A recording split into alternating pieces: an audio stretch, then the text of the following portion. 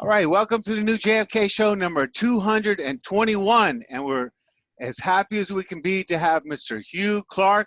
We've got a picture of him right here. He's the one with the sailor cap right in the second from the left, closest to us. And I'd also like to show you a cover of his book real quick.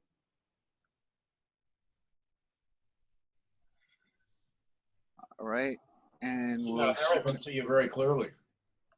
Yeah, it's because it's a big screen in front of me, turns on and off. See, when it's a dark picture, I lose.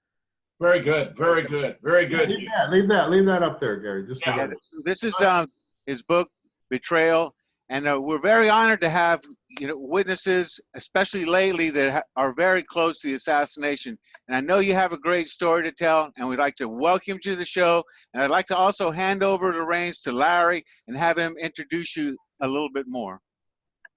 Thank you, Gary and Jim. I want to have a tremendous honor of having, for the first time ever on our show, Mr. Hugh Clark, who I met back in 2015 at Judith Baker's conference. And I believe that was the first time he ever went to a conference. Since then, he's been a regular at Judith and other conferences. And I just believe that, and Jim agrees, that Hugh is a very, very important witness to what transpired at Bethesda. And he has quite a story. Bethesda, what I mean is during the autopsy of JFK on 22 November 1963, that Friday, which would live in infamy. Okay, and we've become good friends, and I'm very honored. And Hugh Clark, welcome to the show. Tell us a little bit about you.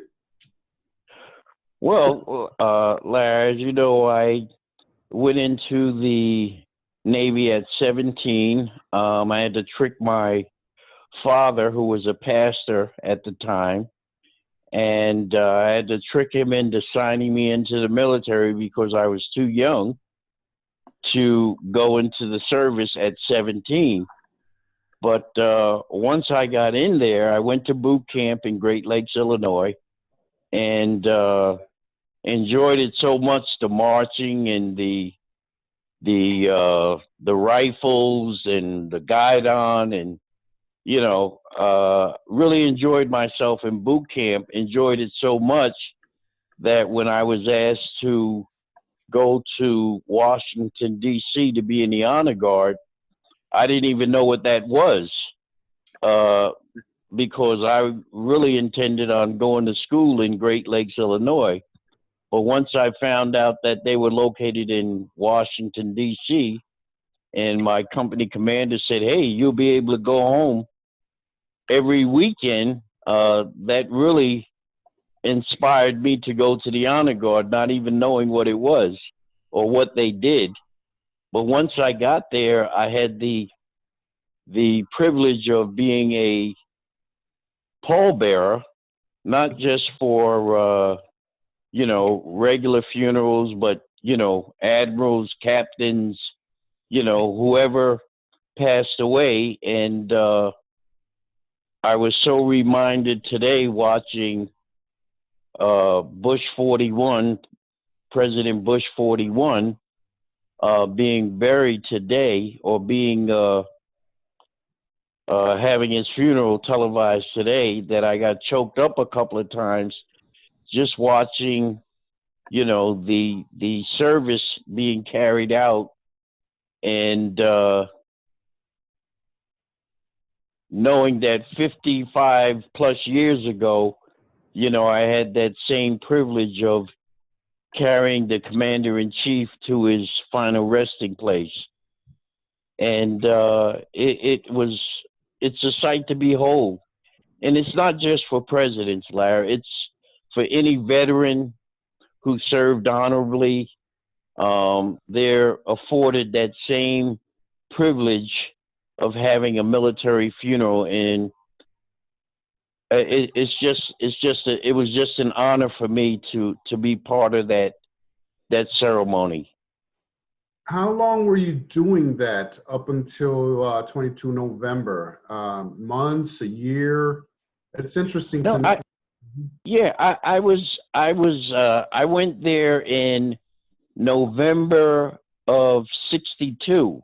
Mhm. And for approximately 4 months, that was my job, not just being a pallbearer, but greeting dignitaries on the South Lawn, greeting dignitaries at Andrews Air Force Base, parades, you know, ceremonies at the Tomb of the Unknown Soldier, any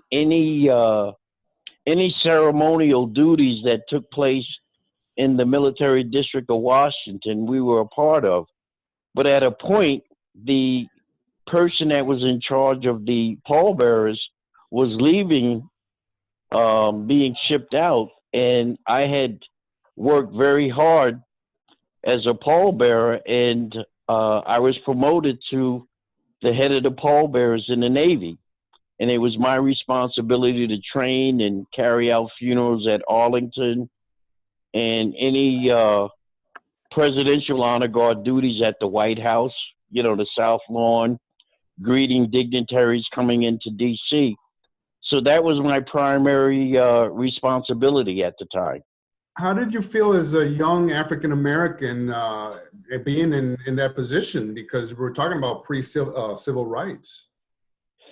Well, I have to tell you, initially, coming from New York, growing up in New York, I was never really exposed to segregation or anything racial, because, as you well know, in New York City or in the North, not the entire North, but there's still places, in the North and in New York that minorities are not really welcome, but you can get service.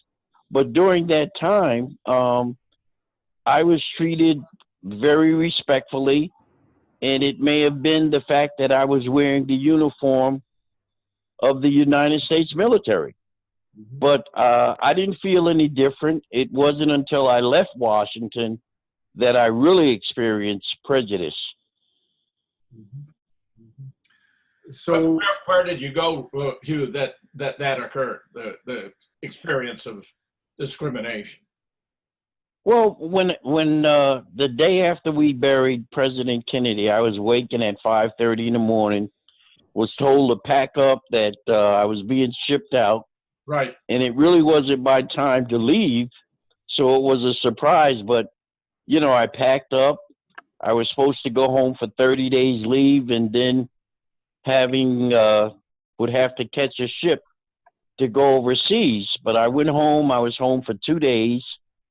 And I was running around so much, after the funeral on speaking engagements, that I wound up in St. Albans Naval Hospital and spent the next 28 days in the hospital. And then when I got out of the hospital, they told me I had to be down in Charleston, South Carolina Naval Base to catch that ship. And when we got down there, myself and 3 other white sailors, one of them decided, well, let's have a beer before we check in on the base. So it sounded good to everybody. We walked into the bar right outside the main gate of the naval base, and we asked for 4 beers, and the bartender brought back 3, and set them in front of the 3 white guys. And one of the white guys, Muggsy, who was from Philadelphia, handed me his beer. And as I picked it up to drink it, the bartender slapped it out of my hand. No. Wow. Unbelievable. And when that happened, we were all in uniform. And when that happened, he said, I asked him, I said, what did you do that for? And he said, we don't serve Nigers in here. And that was like a total shock, because I had never heard that word that way, Niger. And I was like, well, what is that? But my friend understood, and he slapped him. And to me, it must be something bad.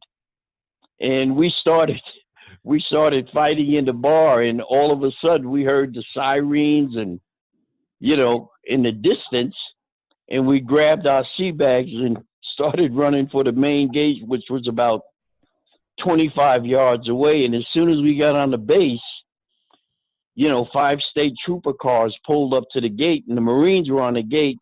They're not going to let civilian law enforcement come on the base. But we were sitting there on our sea bags, and the 5 state troopers walked over to me, not inside the gate, but outside the gate. And one of them said, "Boy, don't ever let us catch you off this base because your mama will never see you again." Oh, you're kidding. And God, it was at that point that I really understood what racial prejudice meant. And it was at that time that tears started streaming down my cheeks. And I was saying to myself, I said, I just buried the President of the United States, and I'm willing to die for this country, and I can't even have a beer. So that was my first experience in the military, that I had experienced racial prejudice. And I never forgot it. In New York, you were saying? No, that was in Charleston, South Carolina. Ah, I see. Now we got a little ahead of ourselves, because this was a very important point that I wanted to make during this interview tonight, and it had to do precisely with how fast you and your companions, as pallbearers, were dispersed right after the assassination throughout the world, where you have told me in the past that you guys weren't even able to communicate with one another for decades. Okay, and how important? How do you feel about that? Well, at the time, Larry, I didn't really think anything of it, because it was the military, and I know at any given moment you could be shipped out.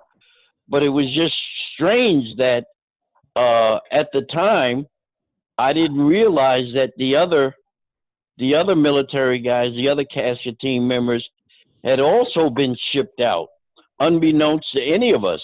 Right. And it wasn't until 51 years later that we had a reunion that we came to realize that we all were shipped out to different parts of the world and never had an opportunity to say goodbye or, see you later or whatever.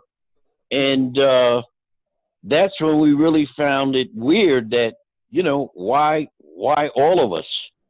Well, and as I said, it wasn't until 51 years later that we had an opportunity to sit down and talk about it. It was happening because the commander-in-chief himself had been behind the assassination of John F. Kennedy. He wanted to disperse everyone who knew any aspect of it to the 4 corners of the earth, and that included those of you who'd served in the honor guard. So you were sent off with no explanation, no apology, because that was the preference of Lyndon Baines Johnson, who was going to make damn sure he was never held responsible for what he'd done. Now, let's move on to 22 November. When exactly, at what moment did you find out about the assassination? And take us through, what happened that night. From your experience. I know this happened. On that day, Larry, we were all up on the naval base at right next to Bowling Air Force Base, over the South Capitol Stridge in Anacostia. And we were all up on the 3rd deck that morning, and we were all planning on going home for Thanksgiving. And everybody was, shining shoes, getting their uniforms ready, because we knew that we were going to get leave and go home for Thanksgiving. Polishing brass. Yeah, we were just gearing up, because we didn't have any details that day. So everybody was preparing to go home, looking forward to it, as a matter of fact. And that's when the word came over that the president had been shot.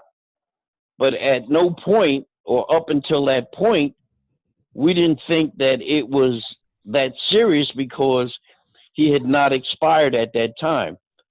But once he expired, everyone knew that no one was going home.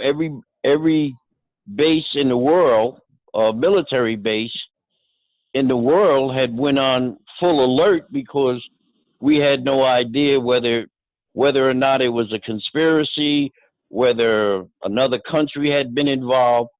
But we knew that we were going to be part of the state funeral for the commander in chief.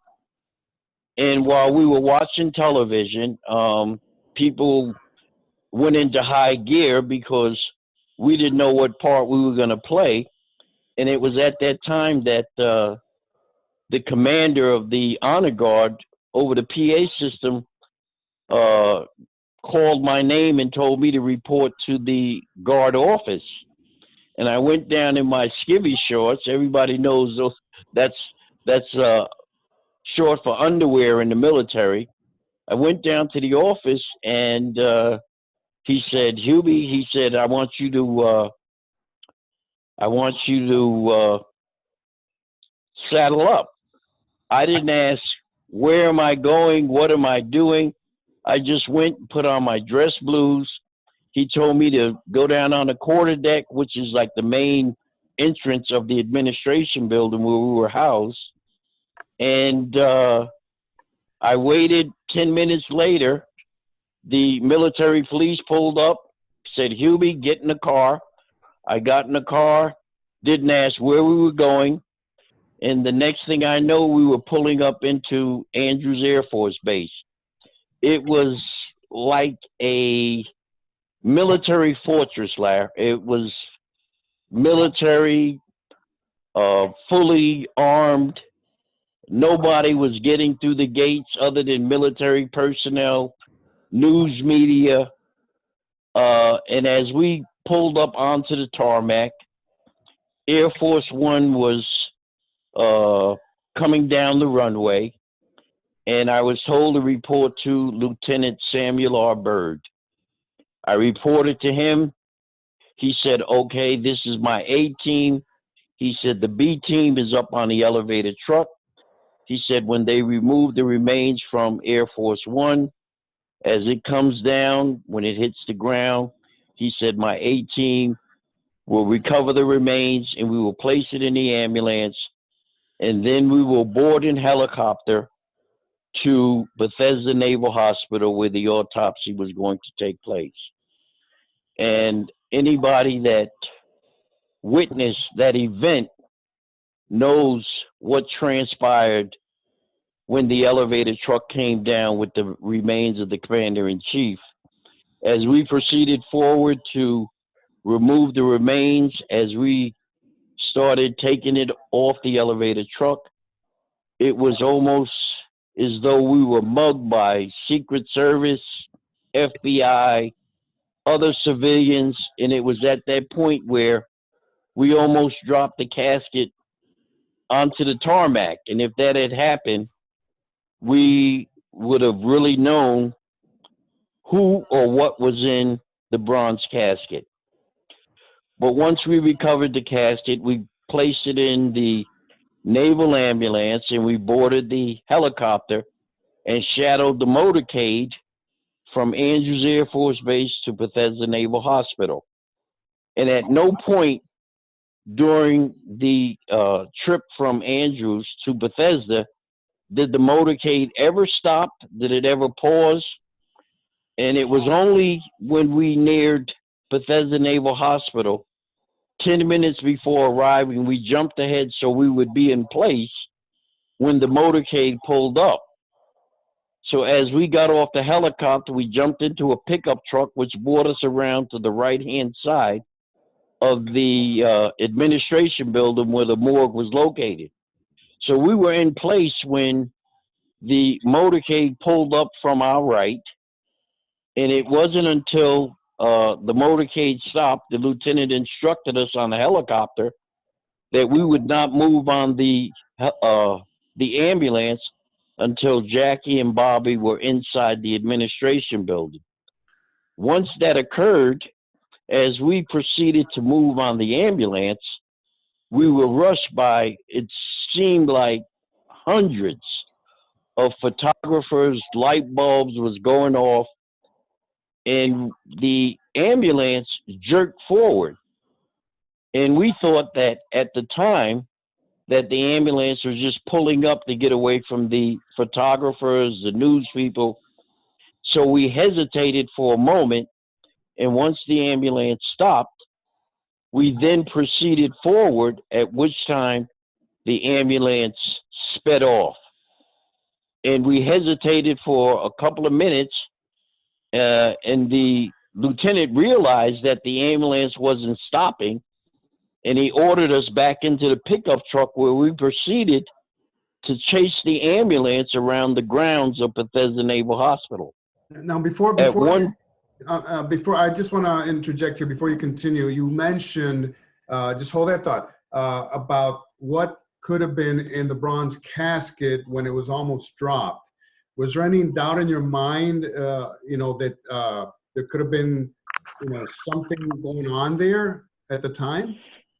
At the time, Larry, we just thought that the people were just overzealous, that they wanted to, in some way, carry the casket themselves. But anybody in the military, they know protocol. And as you witnessed today on TV, whenever that casket was moved, you didn't see any civilian personnel other than military handling the remains. And everybody in the military district of Washington knows that the only people that touch the casket are the honor guard. So it was totally out of character, but at the time, we didn't think anything of it.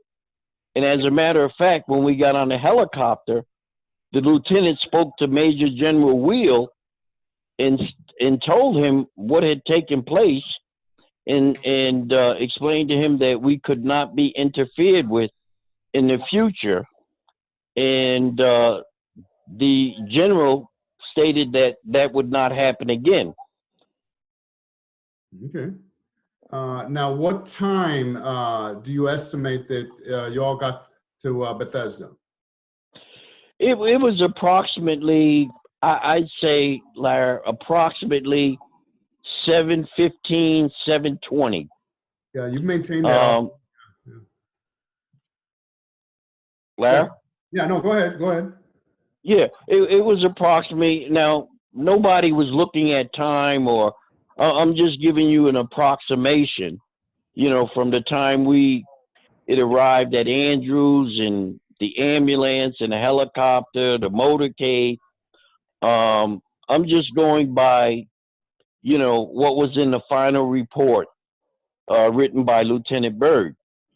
But what was really strange about, once we got into the pickup truck and started chasing the ambulance, it started out, we were maybe 15, 20 yards behind it. But as we sped up, the ambulance sped up. Now we're bouncing around in the back of the truck. That was the first time that probably any of us had been to Bethesda Naval Hospital. So we didn't know where we were going, but we were hanging on for dear life in the back of that pickup truck. Do you remember who was in the ambulance? Sorry, do you remember who was in the ambulance? No. I know when the ambulance first pulled up at Andrews Air Force Base, a black driver, African-American driver, got out.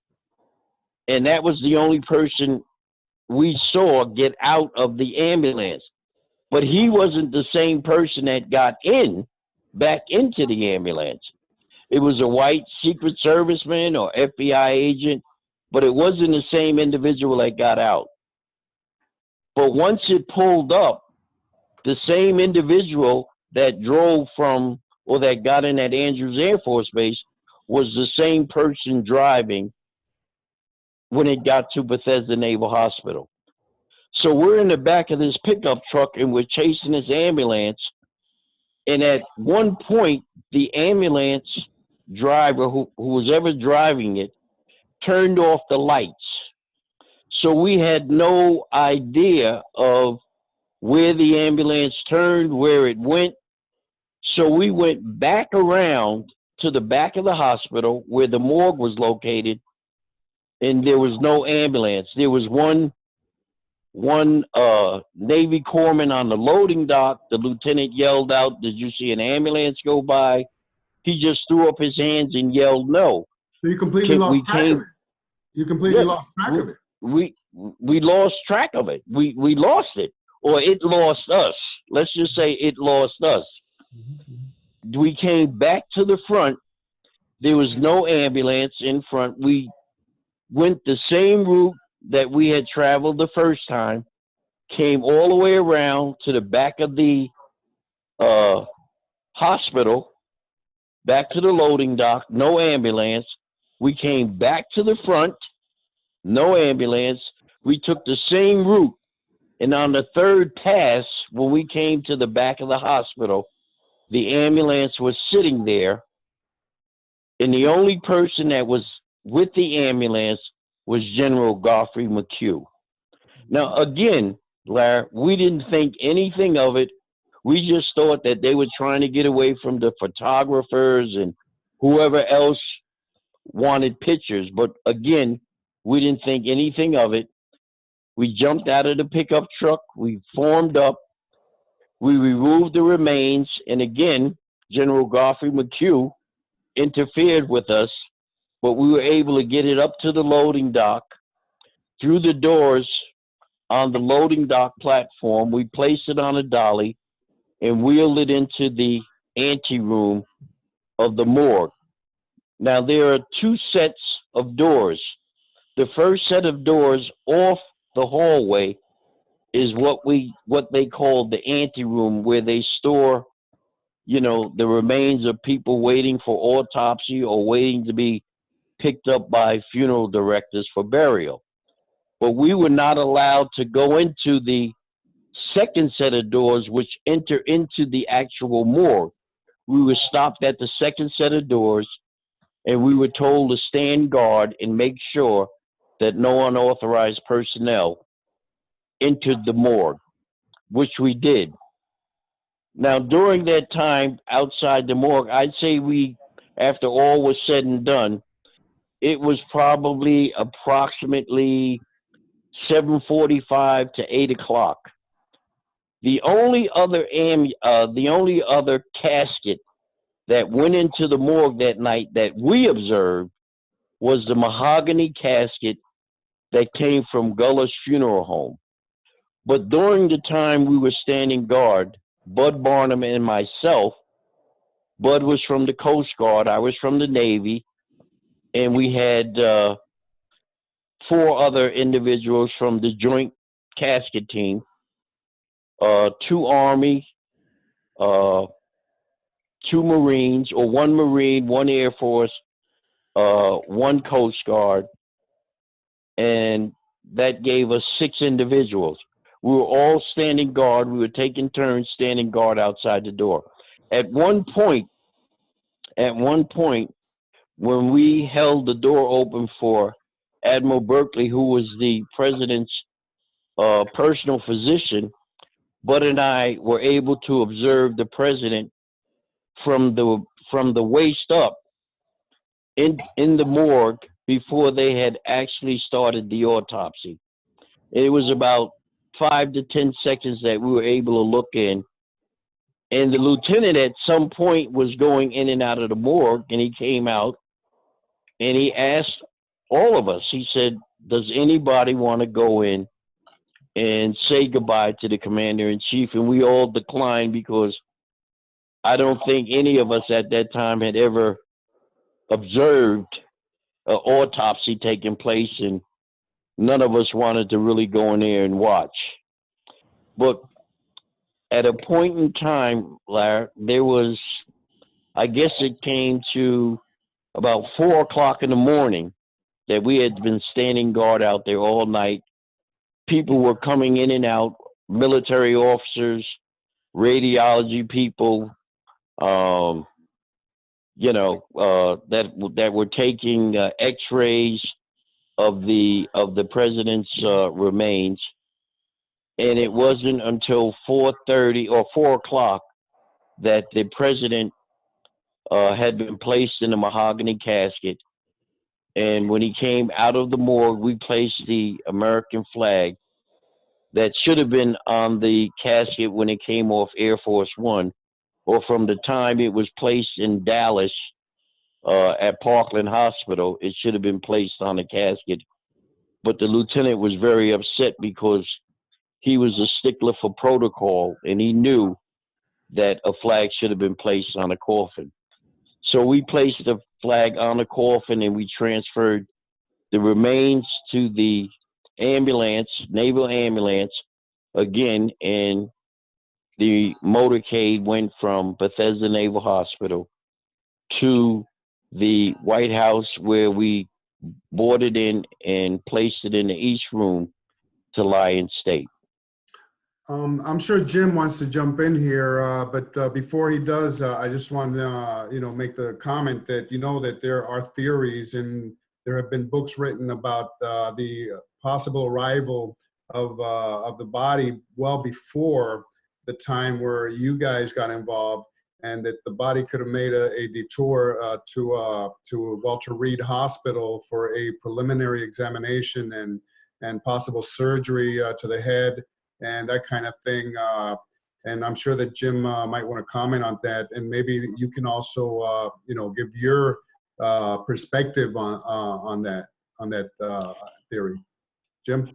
Well, Larry, go ahead. Go ahead. I just want to say this, that I cannot, with all honesty, say that we ever saw the president's body removed from the bronze casket. Mm-hmm. We were stopped at the door of the anteroom, or of the second set of doors that entered the morgue. I cannot honestly say that we saw the bronze casket go into the morgue, because, as I said, once they stopped us at the second set of doors, they told us to stand guard, which we did, and we did not have an opportunity to actually go into the morgue and see whether there was a bronze casket or any other casket that was in the morgue. What I can say is that while we were on duty that night or that morning, into the morning, that the only other casket that went into the morgue that night that we witnessed was the mahogany casket that came out of the morgue with the president's body in it. Mm-hmm. And that's from the funeral home, obviously. Right. That casket came from Guller's funeral home. Let me give you a sketch of the account of what happened here, based upon research of David Lifton, but also conversations I had with Charles Crenshaw and Aubrey Reich. The following scenario: that the Secret Service forcibly removed the body from Parkland Hospital, even brandishing weapons in doing so, which was a violation of Texas law, which required that an autopsy, an inquest, be conducted in Texas, because the only crime that had been committed was murder. Then there were no statutes against the assassination even of a president or a vice president of the United States.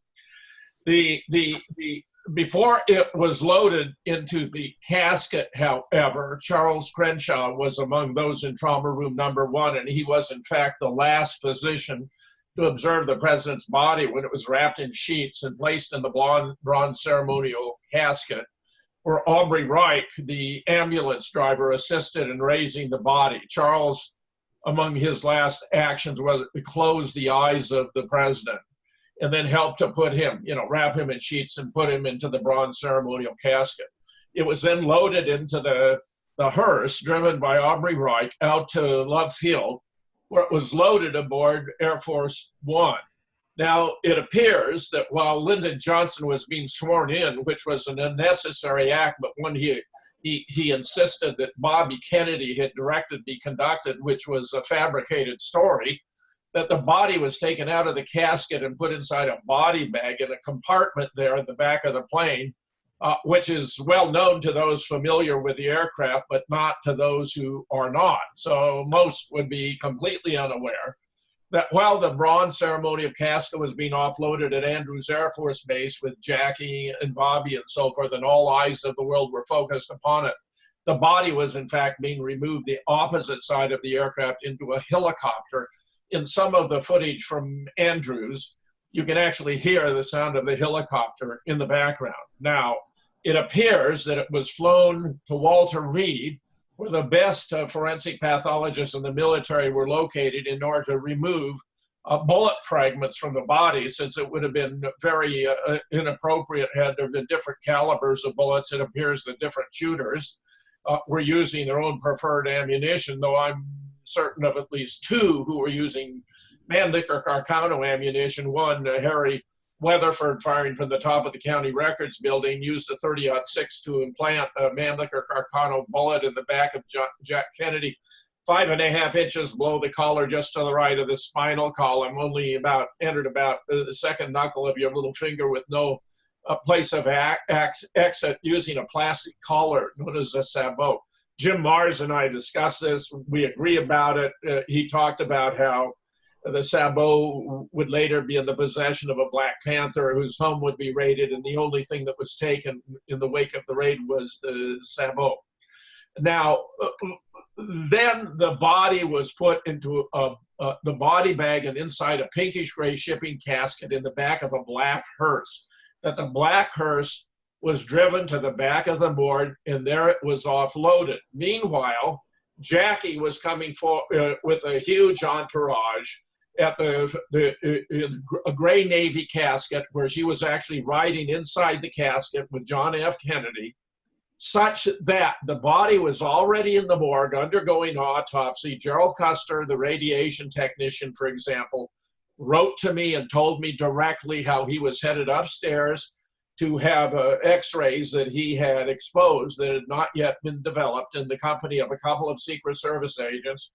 When he peered out the window of Bethesda Naval Hospital and saw this, to him, stunning sight of Jackie Kennedy approaching the front of the building, this huge entourage, the gray Navy ambulance, and he wondered what in the world was going on, because the body was already in the morgue. Now, are you aware of any facts that are discrepant with what I've just described here? Or would it be the case that your experience is actually consistent with and could fit into the puzzle that is thereby created? Are you talking to me? Yeah. I am, Hugh. Well, one thing that I was not aware of, and that the other casket team members were not aware of. And that's why, in my book, I describe how when we had the reunion, we were at each other's throat because we could not believe what Dennis David, who was the chief of the day at Bethesda Naval Hospital, who stated at 6:30 p.m. that a black hearse had arrived and that the president's body arrived in a silver shipping casket. And anybody that knows caskets, or anybody that knows, military shippings and how they ship bodies from war zones, there is no way that you can mistake a bronze ornamental casket for a silver shipping casket, which is just a box with handles. Right. And so when that was stated to us, I mean, we were at each other's throat, because there was no doubt in our mind, the casket team mind, that the president was in that bronze casket. But just to make a fine point, you didn't know that to be the case. That was your belief at the time. You'd been right. Exactly. But you had no way of verifying for a fact that there was a body in that casket. For all you know, it could have been a couple $100 pounds of sand or something. Well, actually, Jim, at the conference in 2015, somebody posited the idea that it might have been oxygen tanks or something like that, right, Hugh? Right. And I think, Jim, you were there at that time when I got up and questioned Yeah. the presenter, you know, who stated, oh, everybody knows that there were two oxygen tanks in it. And what really upset me was the fact that the way that casket was handled that night. And now, you know, when oxygen tanks start clanging together, they make loud noises. And the way that casket was handled at Andrews Air Force Base, it would have awakened the entire base.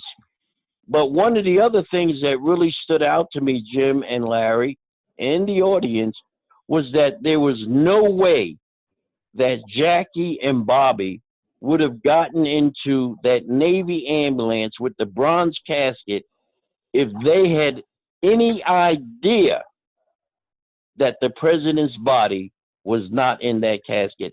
And again, it wasn't until 51 years later where it became kind of clear to all of the members of the casket team that the way this was handled, or the reason they didn't want us to touch that casket, is because they felt that we would notice the difference in the weight. Yeah, I think that's highly probable. And it's also, you're now discerning the reason why they dispersed you so widely, so immediately, because they didn't want any among you putting 2 + 2 together to realize there'd been an elaborate scam, a major deception on the American people. That's why the name of the book is called Betrayal. Yeah, exactly. Yeah. Exactly. Great name. So are you enjoying going on these conferences, tours, and stuff like that? Well, I have to say, Larry and Jim, initially, you know, I was hearing so much that I wasn't really able to decipher everything. And some of the things that were being said, I kind of knew that, having been there, that they kind of was stretching it a little. And I felt compelled to question, you know, the one person that was addressing the audience, and I explained to the audience. I said, listen, I said, you come here to get the right information, you know, and when people stand up and tell you things that are not true, and you go out and you tell other people and they know it not to be true, they think everybody's a bunch of kooks. Yeah. And I said, all I was trying to do was give the right information to people so people would know what truly happened. I wanna say something. You mentioned Dennis David, but I think one of the most compelling narratives, you know, that comes out of this night is the one of Paul O'Connor. Did you ever get to meet Paul O'Connor in any of these reunions? No, never met Paul O'Connor. But and like I said, it was Jim Jenkins that really took the brunt of everything that we had to say to him, because it was so unbelievable what was being said that we couldn't fathom. You know, these guys are lying. Well, now Jenkins and O'Connor were actually in the autopsy room, you know, so they were actually there. Well, it was all about the timing that they said these things were going on. Right. And remember, Larry, they're telling us that it was 6:30, and we're telling them no, we didn't get there until after 7. Yeah. And when Jim Jenkins said to the casket team, you know, while you guys were still in the air shadowing the motorcade, the president was already on the table. That's what started everybody getting up in each other's face. You know, that's where the pushing and shoving came in, because we were like, no, you got it wrong. No, you got it. The president was in the bronze casket, and they're saying, no, he was in the shipping casket. because we had no idea. We had no knowledge of a shipping casket. Sure, of course not. You know? No idea of the black hearse. You had no idea of the No. loading of the body onto the helicopter. It's transport to Walter Reed, and it's being brought to the back of the morgue before the gray Navy ambulance ever showed up at Bethesda. And now that Exactly.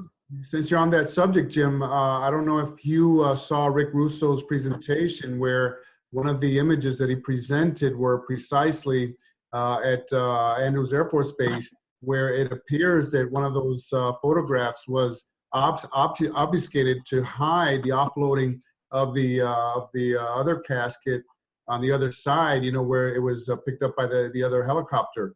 Did you see that at this last conference, Rick, when Rick presented that? Yeah. No, I didn't see it. Jim, did you see it? Yes. Yeah, where it appears that some of the photographs have been doctored, you know, to obfuscate and hide the actions on the other side of Air Force One.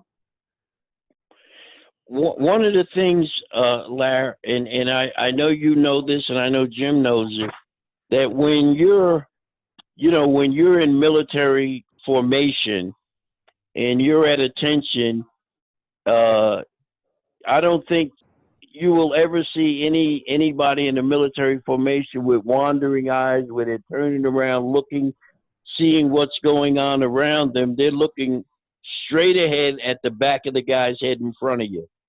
So, you know, whatever was going on, we did not see. And, you know, with all that was going on that night, we wouldn't have been looking for anything nefarious, you know?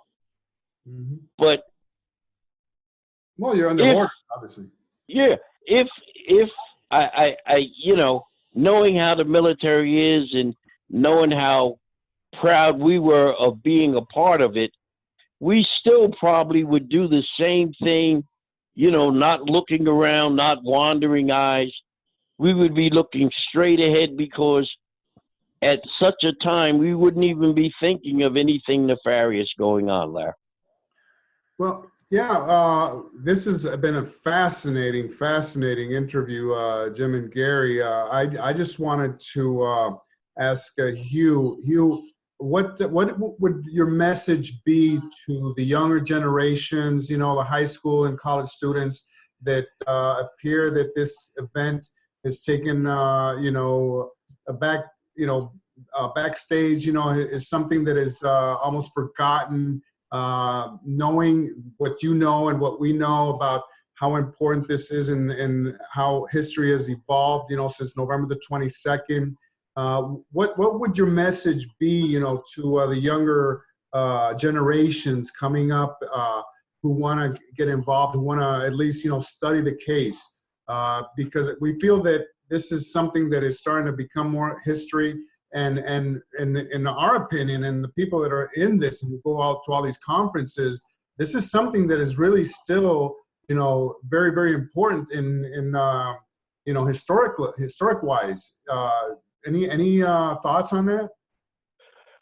Well, Larry, it would be my hope that my nieces and nephews, their children, their grandchildren, my grandchildren would always question, you know, if things don't look right, question it, and that they never stop seeking the truth about what really took place, because everything that took place that night or over those 4 days, and even prior to that,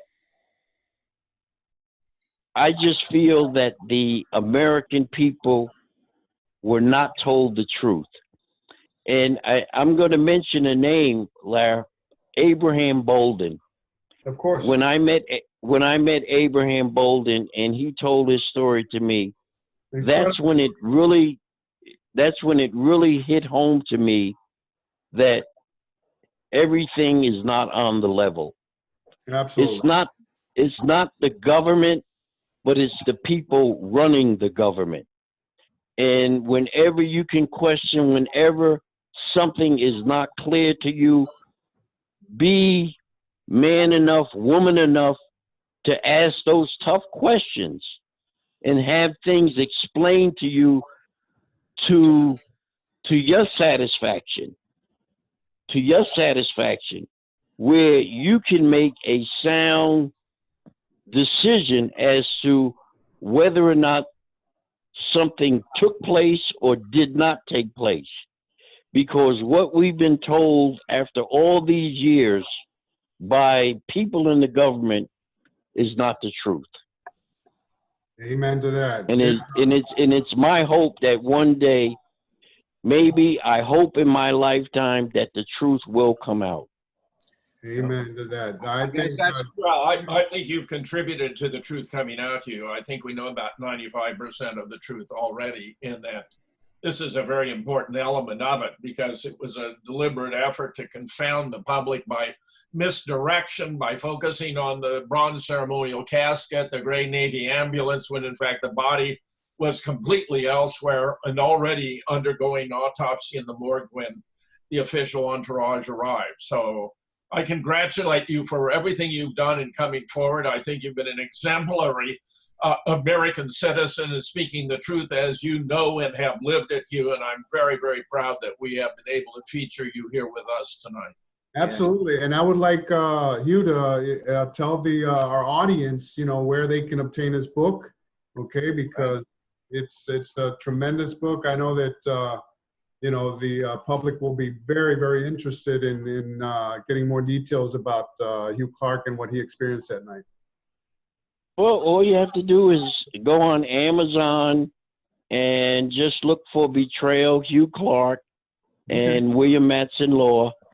And if you cannot find it, you just, send me an email, hughclark64@aol.com, and I will make sure you get a book, and I will also send you a 8x10 picture of the casket team on the final steps to the gravesite.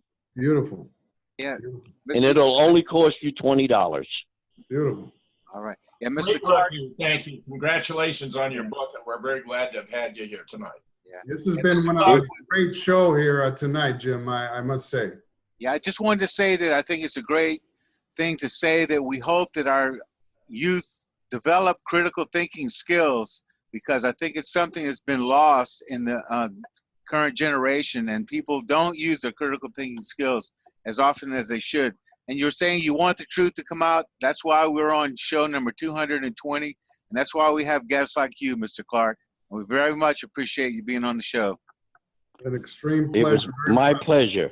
Very proud to have had you here tonight. You really, really appreciate it, and I'll catch you on the golf course. Okay, Larry, it was my pleasure. Jim, take care of yourself. Thanks, Hugh. It's great having you here. All right. JFK show number 221 with Mr. Hugh Clark. We'll see you next week.